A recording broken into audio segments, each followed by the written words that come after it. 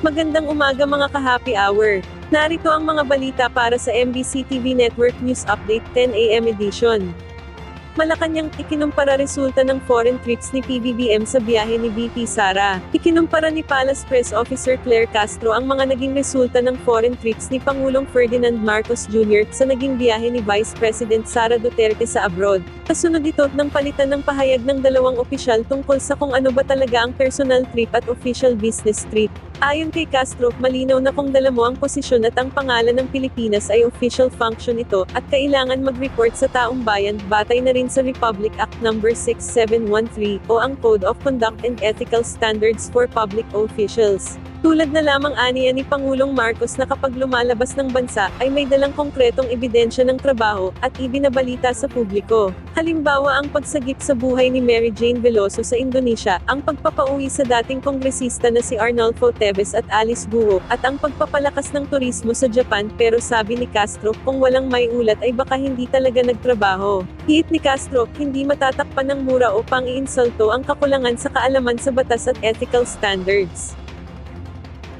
Samantala, Nepomuceno, nanumpa na bilang bagong DOC Commissioner. Nanumpa na bilang bagong Commissioner ng Bureau of Customs si dating Office of Civil Defense Undersecretary Ariel Nepomuceno. Mismong si Pangulong Ferdinand Marcos Jr. ang nang-asiwa ng panunumpa ni Nepomuceno, nakatakdang palitan niya sa pwesto si Bienvenido Rubio. Bago naging OCD si Nepomuceno, ay nagsilbi ito ng Executive Director ng National Disaster Risk Reduction and Management Council. Sa iba pang balita, damit na Princess Diana nabili ng mahigit 28 million pesos. Naibenta sa halagang $520,000 o katumbas ng mahigit 28 million pesos ang floral dress ni Princess Diana. Ayon sa Julien's Auctions na ang nasabing damit ay makailang beses na nakita na suot ng dating Princess of Wales sa ilang mga okasyon mula 1988 hanggang 1992. Kabilang na dito noong bumisita sa mga pagamutan ng mga bata, at noong bumisita siya sa Spain at Nigeria. Ang carrying dress ay dinisenyo ni British Celine Belbelsason ng United Kingdom. Kabilang sa mga nabili sa auction ay ang coat dress at cream silk evening gown na bawat isa ay nabili sa halagang $455,000. At yan ang mga balita para sa MBC TV Network News Update 10 AM edition.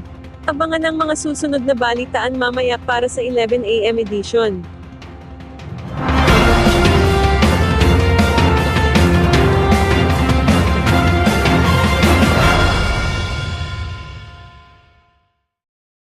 Mga ka-happy hour, kung gusto mong manood ang mga balita sa MBC TV Network News Update, mag-subscribe sa aming YouTube channel, i-like ang aming Facebook page, at i-follow sa aming TikTok account.